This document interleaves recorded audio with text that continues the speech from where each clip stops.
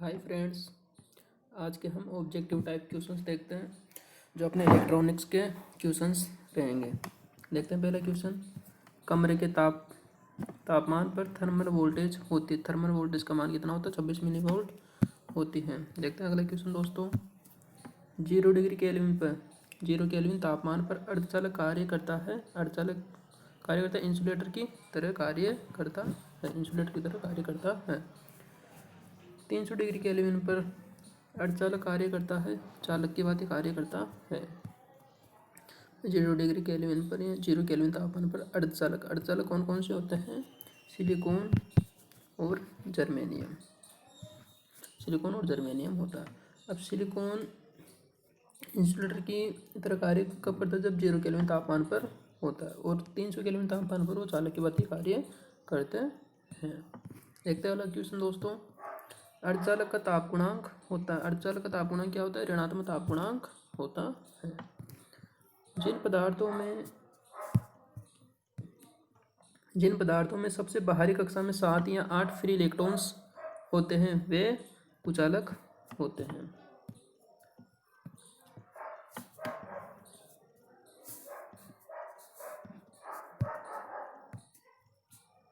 कुचालक होते हैं।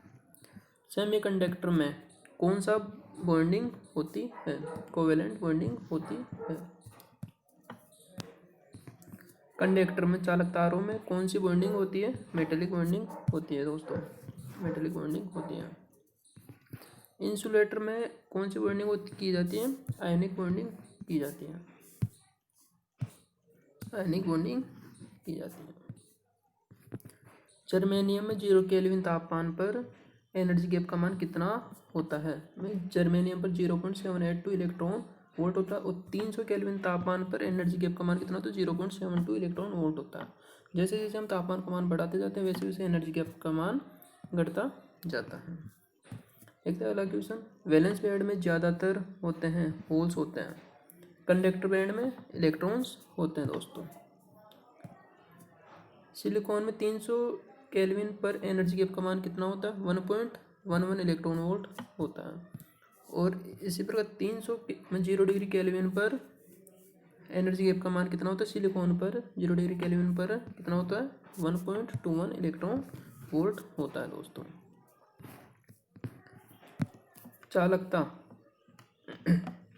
चालकता या चालकशीलता मोबिलिटी कितनी होती है? मैं चालकशीलता या मोबिलिटी कितनी होती है, इसका मैं यूनिट क्या होता है? मैं सेंटीमीटर स्क्वायर प्रति वोल्ट सेकंड भी होता है और मीटर स्क्वायर प्रति वोल्ट सेकंड भी होता है। अब इसमें हम जैसे देखते हैं, मैं मोबिलिटी का मतलब जिसमें इलेक्ट्रॉन्स की संख्या ज़्यादा में ज़्यादा गति से बहते हुए मोबिलिटी को प्रदर्शित करता है। मोबिलिटी क्या होती है? मैं इलेक्ट्रॉन्स के बहने की तेज स्पीड को प्रदर्शित करता है। अब मोबिलिटी जैसे इलेक्ट्रॉन और क्या नाम, इलेक्ट्रॉन पर जर्मेनियम की मोबिलिटी होती है 3800 सेंटीमीटर स्क्वायर प्रति वोल्ट सेकंड होता है। और उसी प्रकार होल्स की मोबिलिटी कितनी होती है? होल्स पर मोबिलिटी जर्मेनियम की मोबिलिटी कितनी होती है? 1800 सेंटीमीटर स्क्वायर प्रति वोल्ट सेकंड होते हैं। और सिलिकॉन की मोबिलिटी की इलेक्ट्रॉन पर कितनी होती है? 18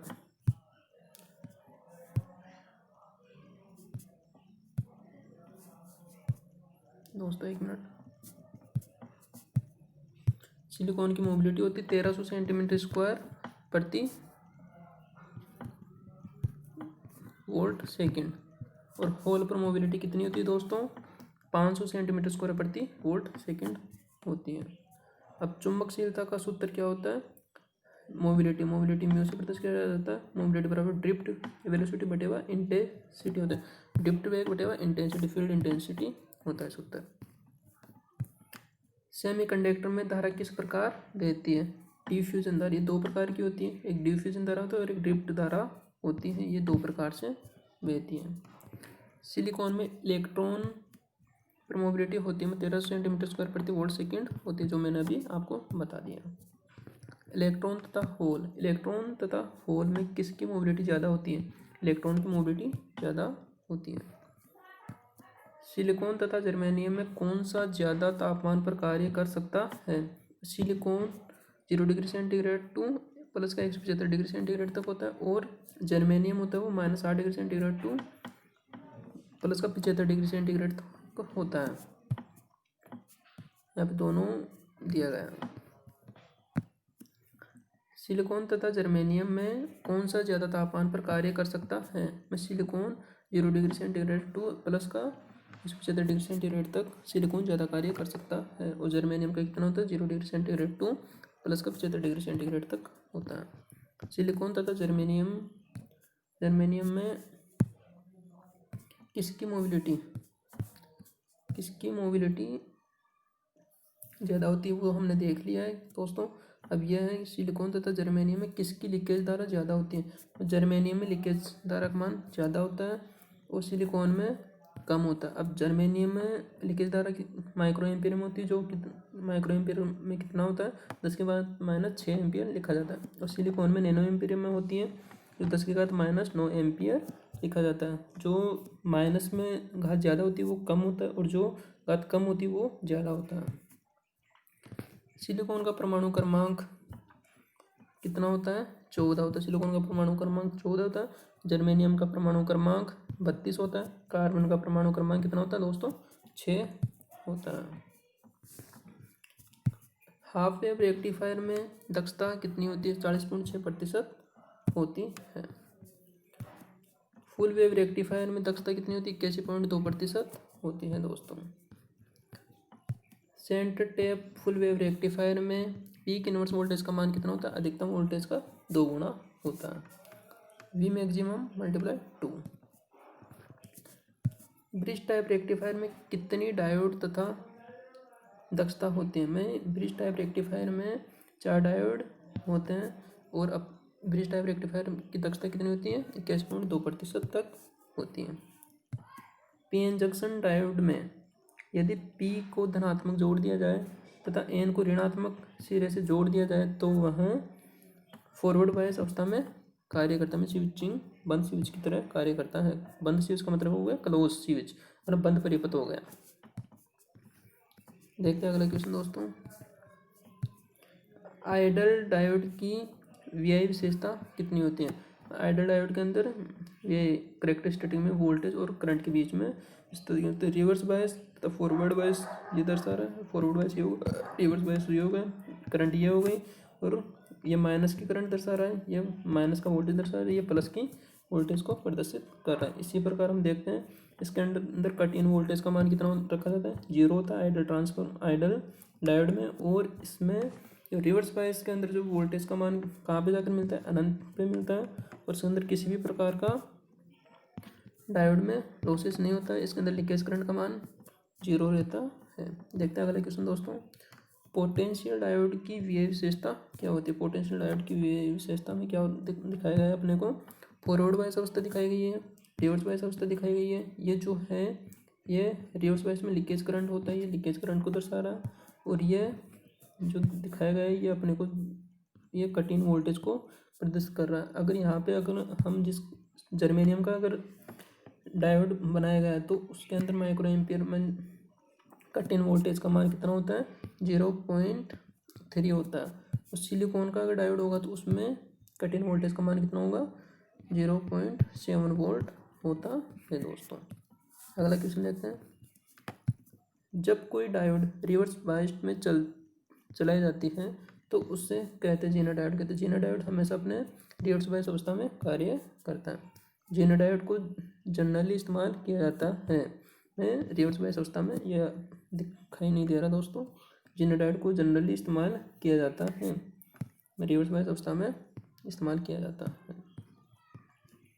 सिलिकॉन तथा जर्मेनियम में कट इन वोल्टेज का मान कितना होता है? सिलिकॉन में 0.7 वोल्ट होता है दोस्तों, तो जर्मेनियम में 0.3 वोल्ट होता है।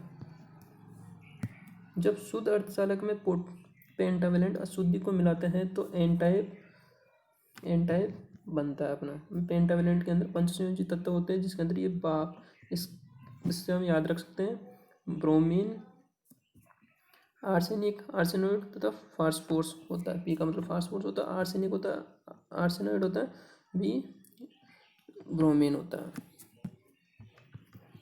जब शुद्ध अर्धचालक में बोरोन अशुद्धि तोड़ते हैं तो क्या बनेगा, में पी टाइप अर्धचालक बनेगा। जब शुद्ध अर्धचालक में बोरॉन में BaIg का मतलब क्या होता है, बेग। बेग से हम याद रख सकते हैं में पी टाइप में कौन सी अशुद्धि मिलाई जाती है, ट्रिवेलेंट अशुद्धि मिलाई जाती है। और इसके अंदर बी का मतलब क्या होता है, बोरॉन हो गया, ए का मतलब एल्यूमिनियम होता है, आई का मतलब इंडियम होता है, जी का मतलब गैलियम हो गया। ये तत्व मिलाए जाते हैं।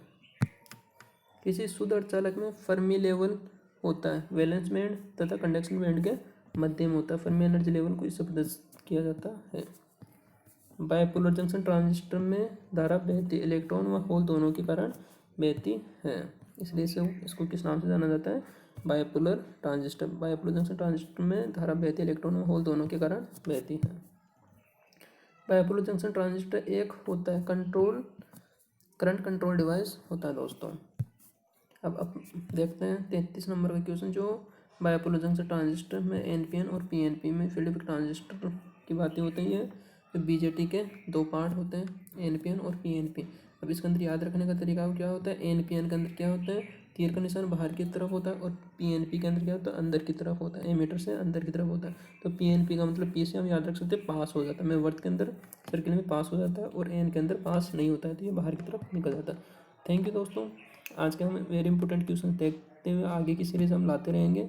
तो आप अपने चैनल को लाइक करें, सब्सक्राइब करें और अपने दोस्तों को शेयर करें, और ये इंपॉर्टेंट क्वेश्चंस आप नोट करते जाएं और इन इंपॉर्टेंट क्वेश्चंस को बार बार रिपीट करते रहें दोस्तों। वेरी वेरी इंपॉर्टेंट क्वेश्चंस होते हैं। थैंक यू दोस्तों।